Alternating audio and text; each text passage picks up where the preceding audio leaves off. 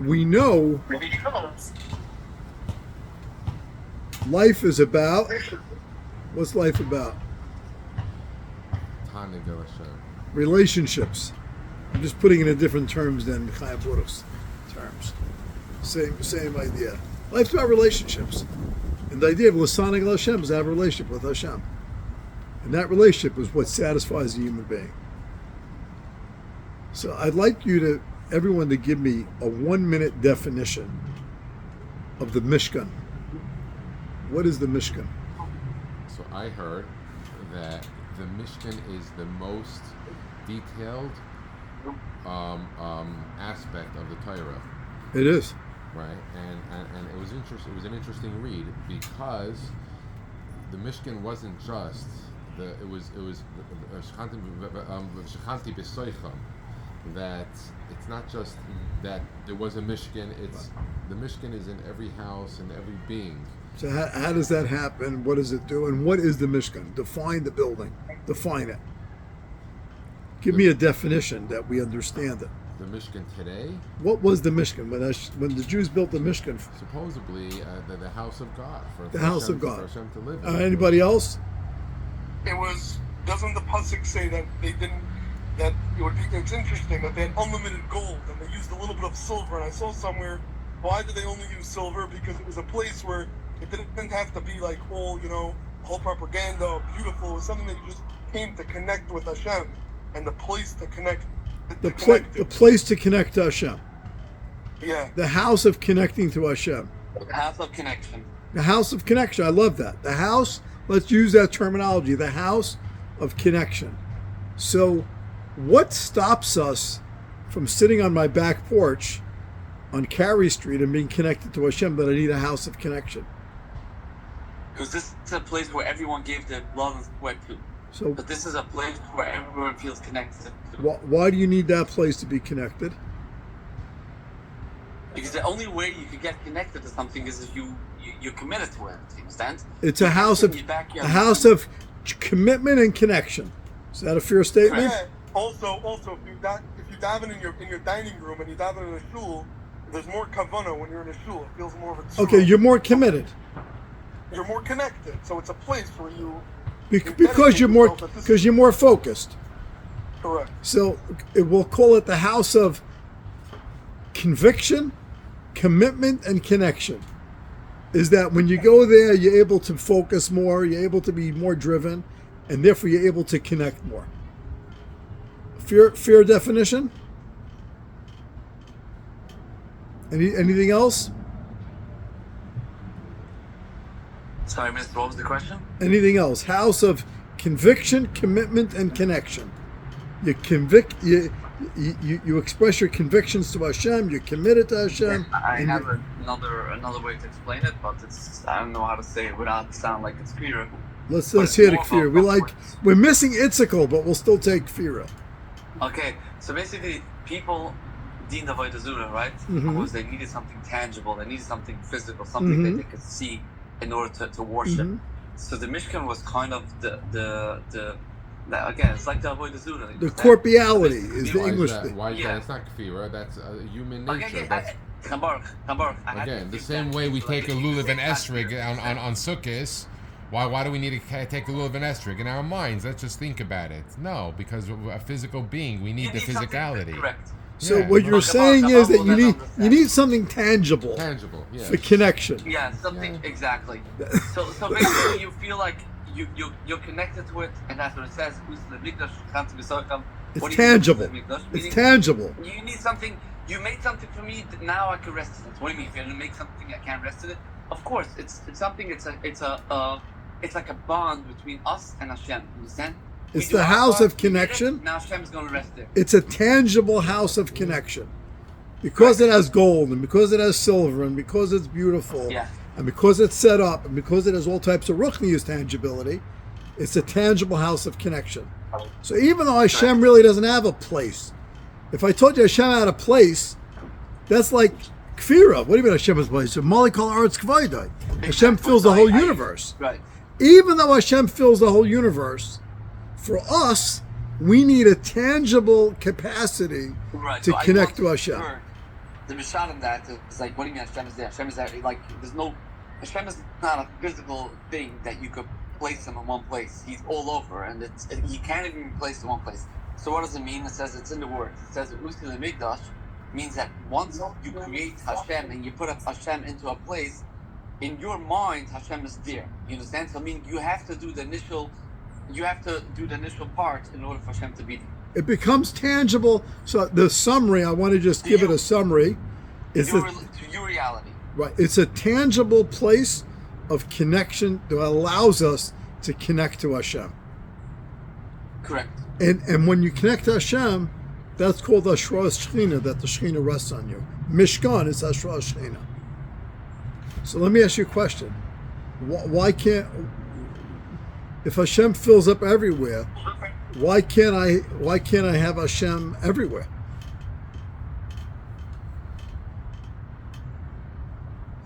Hashem is everywhere. Why do I need that tangible side? Why can't I just be connected to Hashem everywhere He is? Halavai, we want such a level. No, so we're not on the levels. Correct. So Itzik is not here, but Chaim Baruch is saying something interesting, that Be'etzem, we really should not need a tangible, and you were miramis to it, Tuli, when you said that it's a shtickle kfira. You know, you didn't mean it kfira, but the fact that we need a tangible place is because we don't have Hashem everywhere. So let's think of the human. Of what we grew up with. Right. Let's think of the human being. Idolizing anything. So a person goes out and he's having a good steak in a restaurant. Be'etzem, in the Jewish model, that should also be the Mishkan. We're raising everything. We're elevating everything. But L'maisa, Hashem recognizes that when you're having your steak, you're not connected at that time. You're connected to your friends. You're having a good time or whatever it is. And this ability to be connected to Hashem, because we have distractions, which is part of our bad side, we're not able to be really focused. So because we get distracted, so this house keeps us connected to Hashem. So really it reflects a weakness on the part of the man. If man were a malach, you wouldn't need it. Correct. So baked into the Mishkan is the essence that the human being is vulnerable and he's weak and all that. How is the Mishkan described in the Torah? What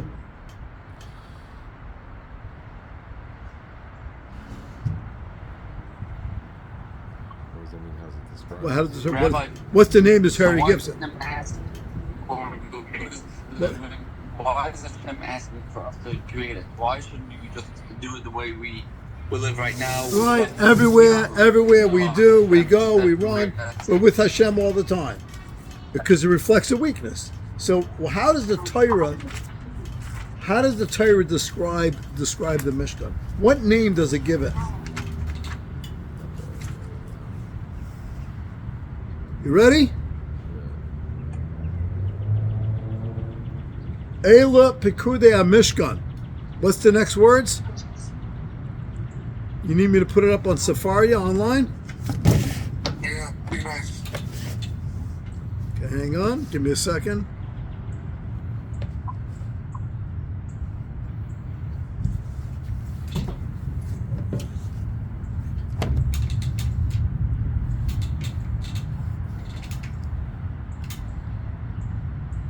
Okay, it's on screen. There you go. Here we go. Eila Pekudai Mishkan. Somebody read it. Chaim Baruch, you want to read it? Mishkan Eidus Hashem. Mishkan Eidus. What does that mean, Eidus? Eidus the Yisrael. What is Eidus? Before Rashi. Right. You know the rules, right? Okay. Before Rashi. What is Mishkan Eidus? What does this mean? The house, the temple of testimony. It's a joint venture. It's a JV. But what is Eidus? What is a testimony to? Eidus means to testify. What? That means us and Hashem. We have a pact. We have a pact. Oh, you're translating the English from the Safari guy who wants to meet me, but I don't like what he does so much. You don't like him? No, I'll tell you why. Because he has apikursus in the thing.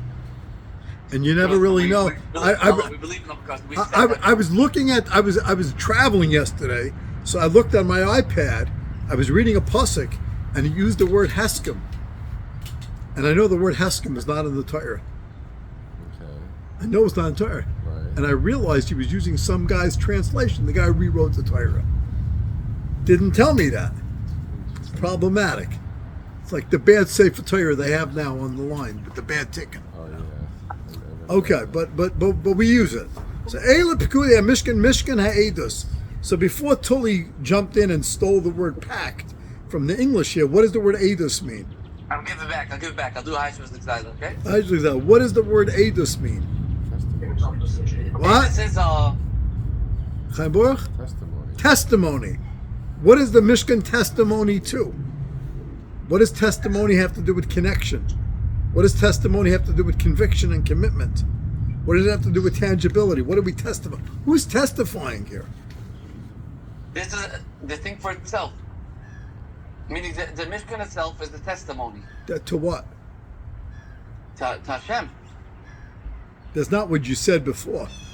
I asked you what the Mishkan was, and you said to me it's the house of connection to Hashem. And then we elaborated and we said it's a place where it's tangible, it's where you express your commitment. Now we're going into the pasuk, right? So I look at Mishkan Riders, right? So what is it? What does this mean? What does Adus mean? What Mishkan Riders, and rethinking it, and this makes more sense. What is Adus to what? It looked like Adus Hashem. So this is how we give Adus to Hashem, like some Baptist Christian group. The Lord's witnesses, we're witnessing that Hashem exists. Fine, whatever. Okay. I told you it's more of a kfir thing. No, it's not kfir. We're not worried about kfir here. Okay, no problem. So Hashem is in the Mishkan, meaning when people want to, glorify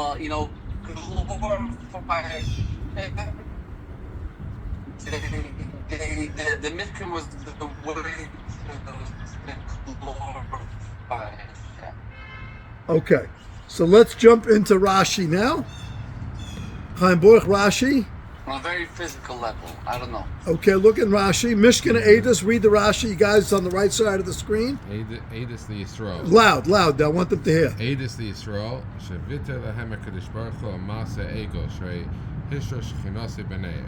It's the house of testimony. What testimony? The testimony that Hashem has embraced the Jewish people despite the fact that they worship the Egel. He forgave them and he's connected to them. So the Mishkan was a statement to the world. Besides for being a house of connection, the way the Torah describes the Mishkan. But I understood that's why we need the Mishkan, because they needed the Egel. Why they need the Egel? Egel wasn't such a bad thing. They just wanted to. They needed. They wanted a tangible God. They made Egel. They wanted a tangible God. They wanted a tangible. Well, Hashem gave them a Mishkan. Okay, so that's simplistic. I'm not disagreeing with it. I'm just going to put it in Rashi's terminology. That when you look at the Mishkan, what you're seeing is a house of testimony. What is it testimony to? That Hashem's presence rests on the Jews. So I'm going to move a little bit away from the tangibility moment and just go on what Rashi says, that it's a testimony that Hashem rests his presence on the Jews. So what really happened was Hashem rested his presence on the Jews without a Mishkan. And that was before my Chet Egel. And what was the original plan? There was no Mishkan. Right? What was the Mishkan? When was the Mishkan created? As a tikkun for the Chet Egel. So without the Chet Egel, would there have been a Mishkan? According to you, not. No. Not according to me, according to the Torah. I can just tell you what the Torah says. What, you're deducing it from Rashi? I'm deducing it from 100 Rashis and Psukim, that the Torah says to us that because of the Egel, I'm going to make a Mishkan. So the Torah says, listen, in the ideal, Tully is right. In the ideal, human being should be able to be sitting in his bathroom, going to the bathroom, and connected to Hashem the same way he is Yom Kippur by Ne'ilah, in Breslau by Rav Nachman's cave, or by the Kotler, or wherever his holy places are. Be'etzem, The human being, if you were on the right level, the perfect level, your being would be connected to Hashem in everywhere. You would need a Mishkan. But they worship the Egel. The Egel is the desire, as Tully said, for human beings to have a tangible connection to Hashem. They're not on that level. So Hashem says, I still rest my presence on you. And this house is testimony that Hashem rests his presence on the Jews, even though they are sinners. So this goes back now. We have to tie this back in, Rabbi Isai, to everything we spoke about, Hashem Elokei Ivrim and all that. Is that, what does it say by Chet Egel? It was L'Shimtza. What does it mean, L'Shimtza? Anybody remember L'Shimtza?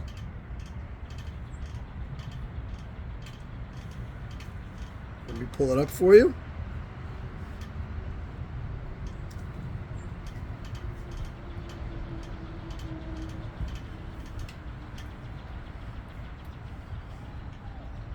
This is by the Chet Egel. I'm going out to Lamed Beis Chafei.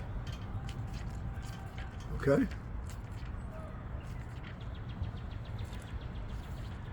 Please read. Someone read Lamed Beis Chafei. Somebody read it. Ki paruahu. What does this mean? L'shimtza b'kameim.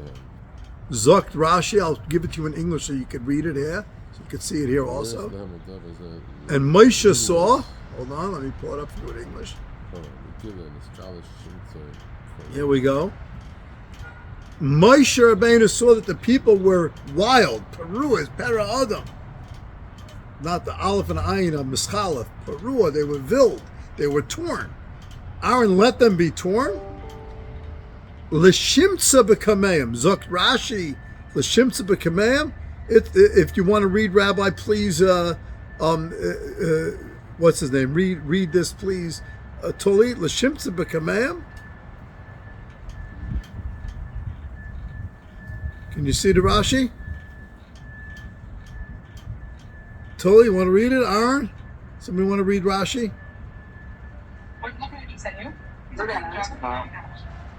So which one? Lias lahem adavar azel gnus b'fi kol. When they did the Egel, it was a busha for the Jews. Lignus b'fi kol hakam maleim. When Hamas attacks the Jews, what do they say? What does Hamas say when they attack the Jews? Jews are not the people of God. I Hashem gave us the Torah. What do they say about that? We don't keep the Torah. We don't keep the Torah. God abandoned you. New bris, new covenant, new prophets. So every enemy of the Jews, when Hamas goes and kills 1,300 people, when they murder 1,300 people, what's driving them is a belief that we Jews, Hashem abandoned us. No one denies that Hashem chose the Jews. At least no thinking person. So what does the Shimtza mean? Shimtza is a bizoyin, gnus. Shemetz. Shemetz is like a not nice thing. So what happened was, Hashem chooses the Jews, he takes them out of Mitzrayim, nobody could deny that.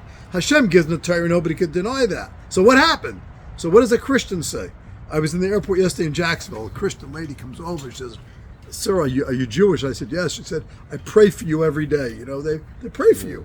But what are they thinking in their heads? What happened to the Jews? There's a gnus in the Jews that they tie into that Hashem is no longer resting his presence on the Jews. How does this tie back into the Mishkan? Hashem Taka removes his presence from the Jews. And then what happens next? Hashem says, I'm going to come back to you. I'm going to give you a Mishkan. My Mishkan is Mishkan Ha'edus. Now please read the Rashi. Totally read the Rashi, Mishkan Ha'edus. Edus li Yisrael, go ahead.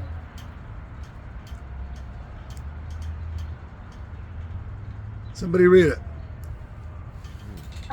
My friends. Edus li Yisrael. Yeah, he blogs my dad. Yeah, Edus li Yisrael, go on. He forgave the Egel. He was Mashra Shechina. So what did the Goyim spend the next 2,000 years doing? They just want to destroy the base of Mikdash. because the Beis HaMikdash is Mishkan Eidos, that Hashem rests in presence. Of course they're not going to let us stay in the land of Israel. Of course they want to keep the Har Bayis out of the Jews' hands. Of course they don't want a Beis HaMikdash. Of course they're going to tell you can't defend yourself. The Goyim's legitimacy is built on the fact that Jews committed the Egel, and Hashem cannot be Mashra Shechina on the Jews. So we say, no, Hashem gave us a Mishkan Eidos, Hashem is with the Jews. He still is the God of the Jews, which if you heard my Boka Drasha, the whole Yisod is we say Hashem Elokeinu, he's our God, he's not your God. He's not the God. He's not the God of the Rastafarians, he's not the God of the Greeks, he's the God of the Jews.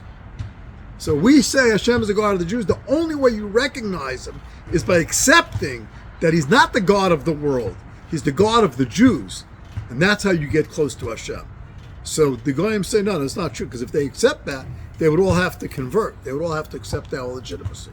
So they have no choice but to try to destroy the Mishkan. So Rome comes, Bavel comes, they want to destroy the Mishkan, want to keep the Jews out of Eretz Yisrael.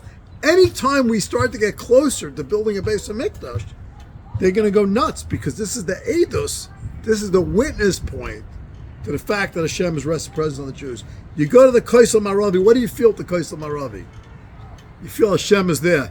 Hashem, you know what? We might have lost the Beis HaMikdash, but Hashem still rests his presence on the Jews. And you look at the Jews who are at the Kotler, what do you see? You see Jews, they look like Rahmanasim. They don't look very religious. But they're still connected to. We're even as sinners. And this is the point I want to make to all of us, because we all do Averis. Even as sinners, Hashem rests his presence on us. Even after the Egel, Hashem's presence is on the Jewish people.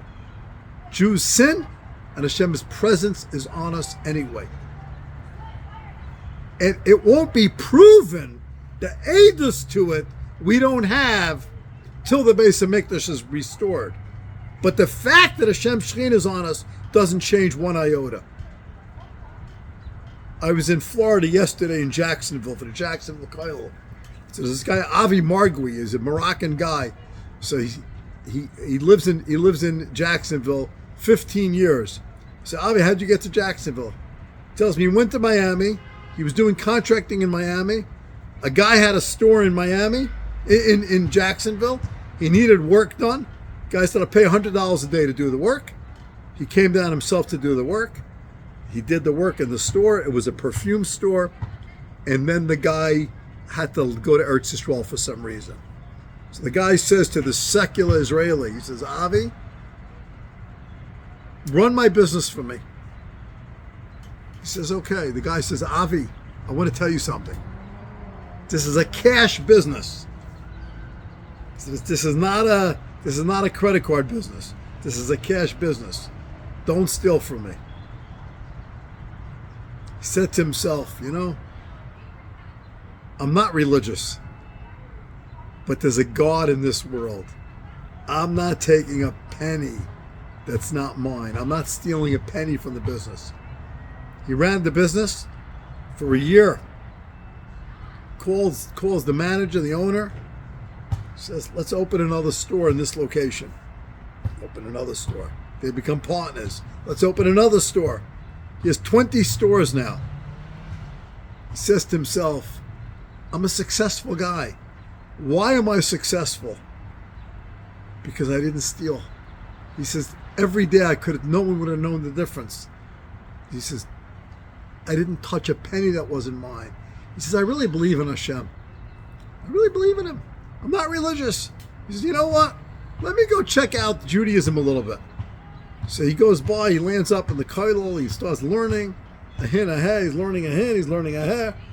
Ends up, he's the guy, he didn't dedicate the Kotler building. Kotler needed a building. He bought a building, he renovated it himself. He comes in every day, he learns 3 hours. He bought a house near the shul, near the Kotler, so he does it in B'chal Shabbos. His mother got sick, he moved her next door. And this is his life now. This is Klal Yisrael. There is no Eidos in the world.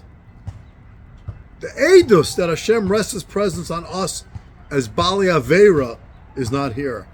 So you look at a Jew and he's busy with stupidities, with fancy cars and fancy houses and all that stuff, and or the world accuses us of genocide.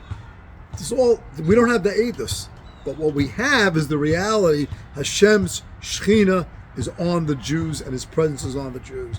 And when we went into exile, the Shechina went into exile with us.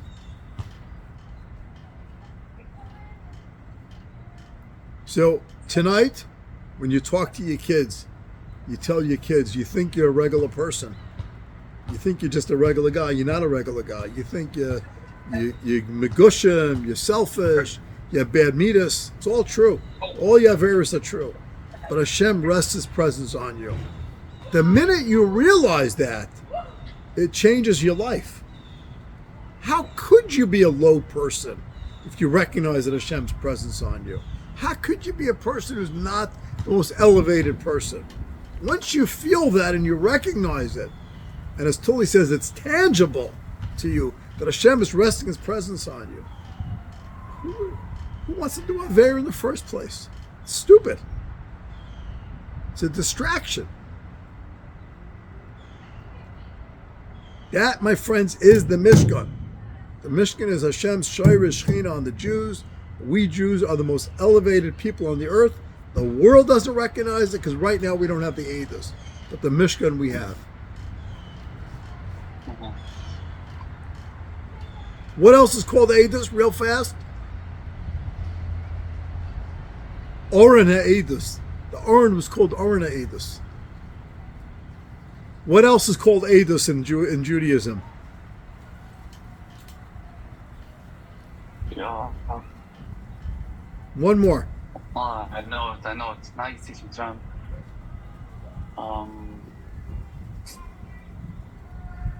Nothing like this. I don't know. The Mishkan is called Eidos, the Oren is called Eidos, and one more thing. Nope. You ready? Not the Bris Kodesh, right? Not, No, you ready? The minute I say it, you're going to shoot yourself. Luchas Eidos. Why were the Luchas Eidos? What were they Eidos to? What were the Luchas Eidos to? My friends, what was the Luchas Eidos to? What happened with the Luchas? Hashem made a pair of Luchas. What happened? Moshe smashed it. What happened then? Next pair. Why the next pair? Eidos. What's the Eidos? V'itulam HaKadosh Baruch Hu Ma'aseh Egel. We smash those, we make another one. Hashem is on the Jews.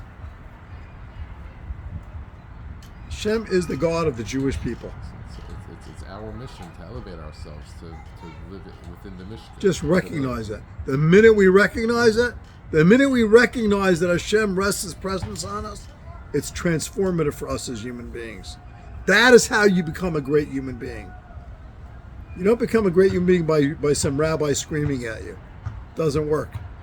You become a great human being by realizing that Hashem is resting his presence on the Jews. A good Shabbos, my very dear friends.